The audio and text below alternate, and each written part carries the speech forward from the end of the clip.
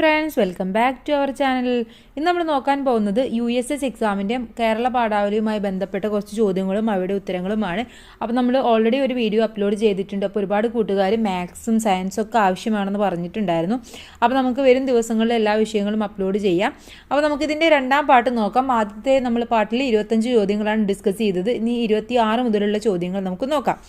26ാമത്തെ ചോദ്യം, ജോസഫ് മുണ്ടശ്ശേരിയുടെ ആത്മകഥ ഏത്? കഴിഞ്ഞ കാലം, കൊഴിഞ്ഞ ഇലകൾ, ഞാൻ, കർമ്മഗതി. ഏതായിരുന്നു? കൊഴിഞ്ഞ ഇലകൾ എന്നുള്ളതാണ്. കൊഴിഞ്ഞ ഇലകൾ. 27 ശരിയായ പദം കണ്ടെത്തൂ.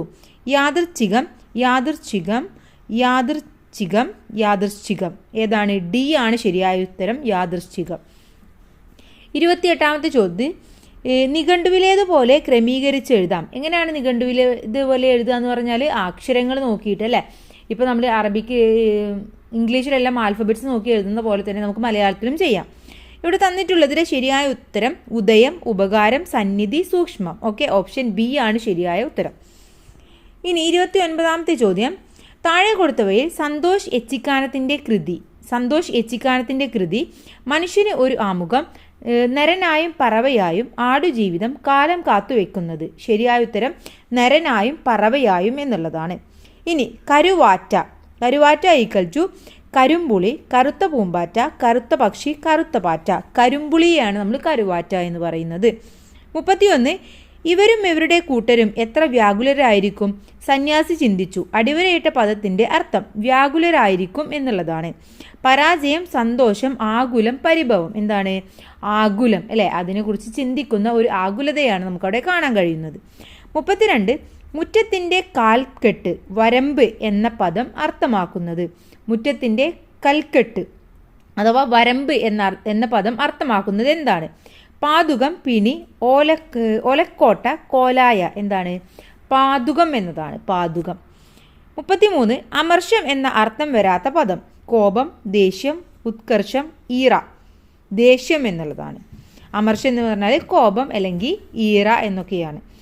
ഇനി 34 ആലോലുവായു ചെറുത്തൊട്ടിലുമാട്ടി താരാട്ട ലാഭിക്കുന്ന മലരെ ദലമർമ്മങ്ങൾ. ഇവിടെ ദലമർമ്മങ്ങൾ എന്ന പദം വിഗ്രഹിക്കുമ്പോൾ ദലമാകുന്ന മർമ്മരം, ദലങ്ങളുടെ മർമ്മരം, ദലവും മർമ്മരവും, ദലങ്ങളോടുള്ള മർമ്മരം. ഏതാണ്? ദലവും മർമ്മരവും എന്നുള്ളതാണ്. കൂട്ടത്തിൽപ്പെടാത്തത് ഏത്? താരം, ജാലം, കൂട്ടം, ഗണം. ജാലം എന്നുള്ളതാണ് കൂട്ടത്തിൽപ്പെടാത്തത്. 36 ഉയർന്നത് എന്നർത്ഥം വരുന്ന പദം. ത്രാണി, തൃകം, നവം, തഞ്ചം. തുങ്കം എന്നുള്ളതാണ്. ത്രാണി, തുങ്കം എന്നുള്ളതാണ് ഉയർന്നത് എന്ന അർത്ഥം വരുന്ന പദം. വീണപ്പൂവ് ഏത് വിഭാഗത്തിൽ പെടുന്നു? ഖണ്ഡകാവ്യം, മഹാകാവ്യം, നാടകഗാനം, വഞ്ചിപ്പാട്ട്. ഖണ്ഡകാവ്യമാണ്. മറ്റെങ്ങും കാണാത്തത് എന്ന് അർത്ഥം വരുന്ന പദം. അനാദൃശ്യം, അനന്യം, അന്യപദം, അനശ്വരം. ഇനി തെറ്റായ ജോഡി കണ്ടെത്തി എഴുതാനാണ്. ഇതിൽ AR രാജവർമ്മ, കരുണ എന്നുള്ളതാണ് തെറ്റായ ജോഡി എന്ന് പറയുന്നത്. മലയാളത്തിൽ കാൽപ്പനിക വസന്തത്തിന് കളമൊരുക്കിയ കൃതി. പുഷ്പവാടി, സൗന്ദര്യലഹരി, വീണപ്പൂവ്, ബാലരാമായണം. വീണപ്പൂവാണ്. ഇനി കണ്ണേ മടങ്ങുക കരിഞ്ഞു വലിഞ്ഞു മാശു, മണ്ണാകും മീമലരു വിസ്തൃതമാകും ഇപ്പോൾ. ഈ വരികൾ എഴുതിയതാര്? ചങ്ങമ്പുഴ, കുറ്റിപ്പുറം കേശവൻ നായർ, ഇടശ്ശേരി, കുമാരനാശാനാണ്.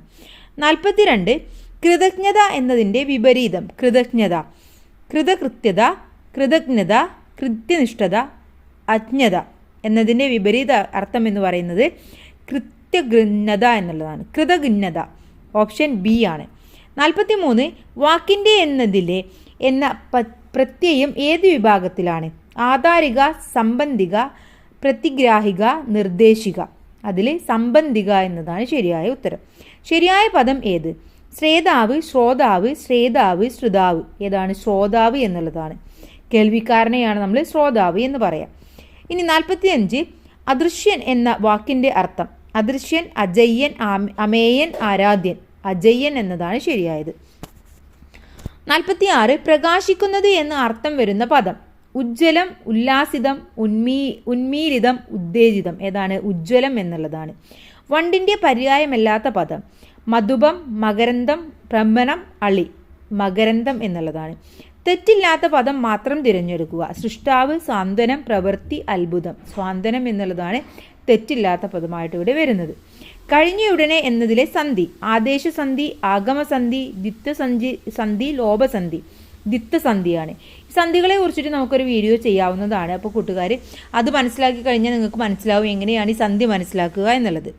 ചാരിത്രാർത്ഥ്യം എന്ന അർത്ഥം സന്തോഷം, കൃതജ്ഞത, സംതൃപ്തി, സമാധാനം. സന്തോഷം എന്നുള്ളതാണ്. അപ്പോൾ നമ്മൾ 50 ചോദ്യങ്ങൾ ഇപ്പോൾ നോക്കി 2 വീഡിയോയിലായിട്ട്. അപ്പോൾ ആവശ്യമായിട്ടുള്ള കൂട്ടുകാർ തീർച്ചയായിട്ടും പോയി കാണണം. അതുപോലെ മാത്സും സയൻസും നമ്മൾ അപ്ലോഡ് ചെയ്യും. ഇനി ഏതെങ്കിലും വിഷയങ്ങൾ നിങ്ങൾക്ക് വേണമെന്നുണ്ടെങ്കിൽ തീർച്ചയായിട്ടും കമൻറ്റ് ചെയ്യുക. Thanks for watching.